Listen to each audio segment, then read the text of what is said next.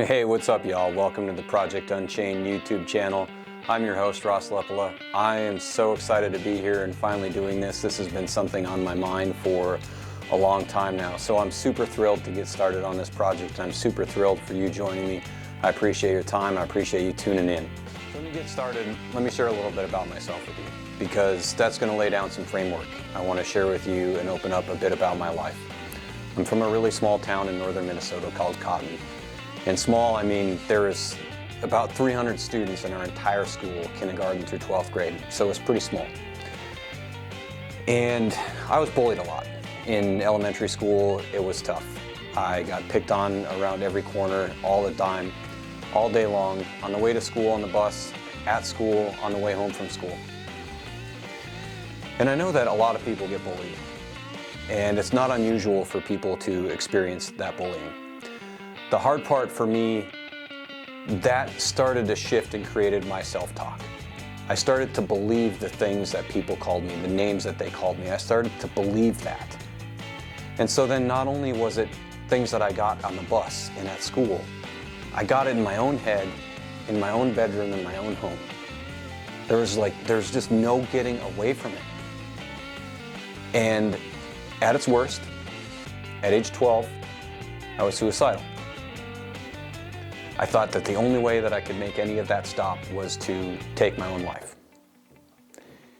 Fortunately, I was able to stop before I did any irreversible harm to my physical health and well-being. And I was able to get by for a few months just on the idea of, my parents love me and my family loves me. They don't deserve to find me dead.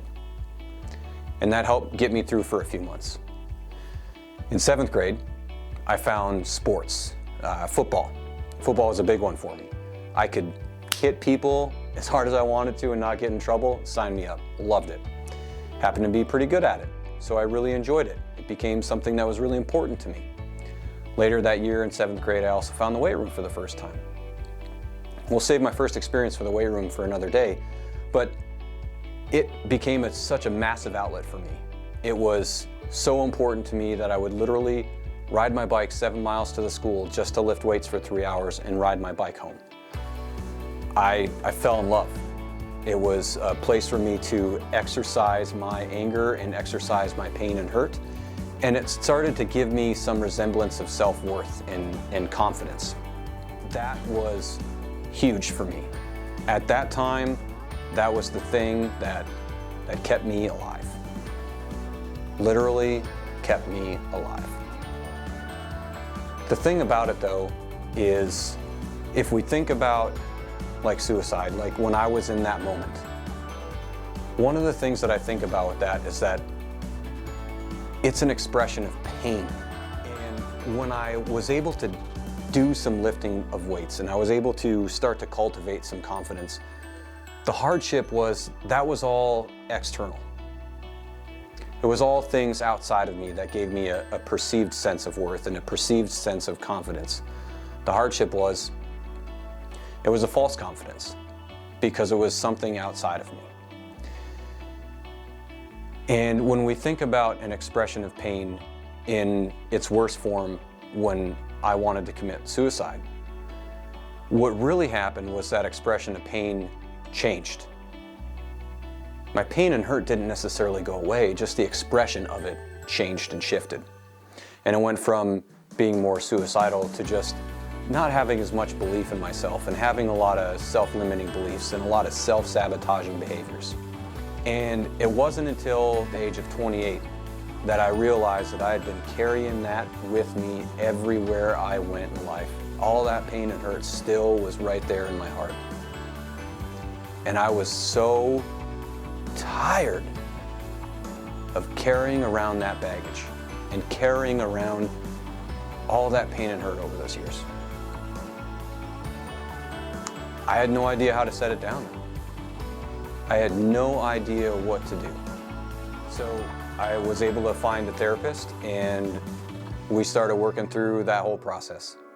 And that process working with Mim Chapman was absolutely incredible. It empowered me with tools not only to help me in that moment, but also shift me from being a victim mindset to being in a growth mindset and wanting to seek more layers and more levels of ways to be good for myself, in and of myself, without needing anything outside of me or my body, just me. And so now 10 years later, I'm in a great place.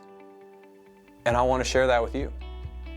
I want to help you cultivate your self-worth. I want to show you some of the things that I've done that have helped me tremendously create that sense of self-worth and real confidence.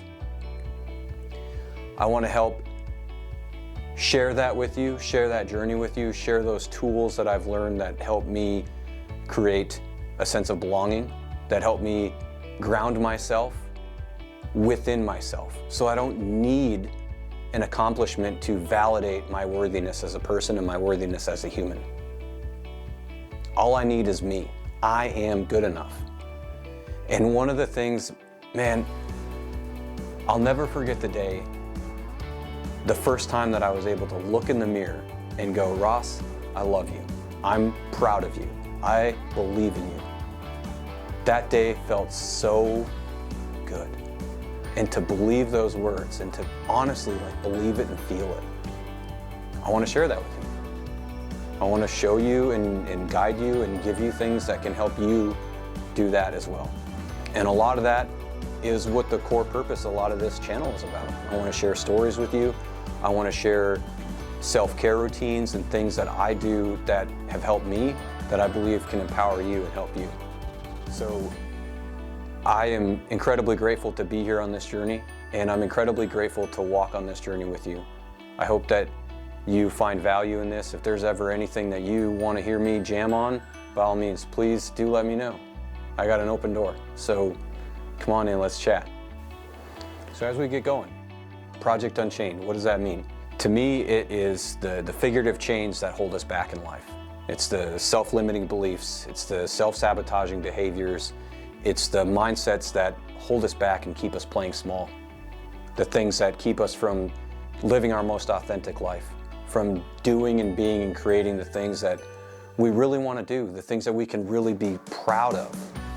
And a lot of that, to me, hinges on self-care and how we cultivate the relationship we have with ourselves.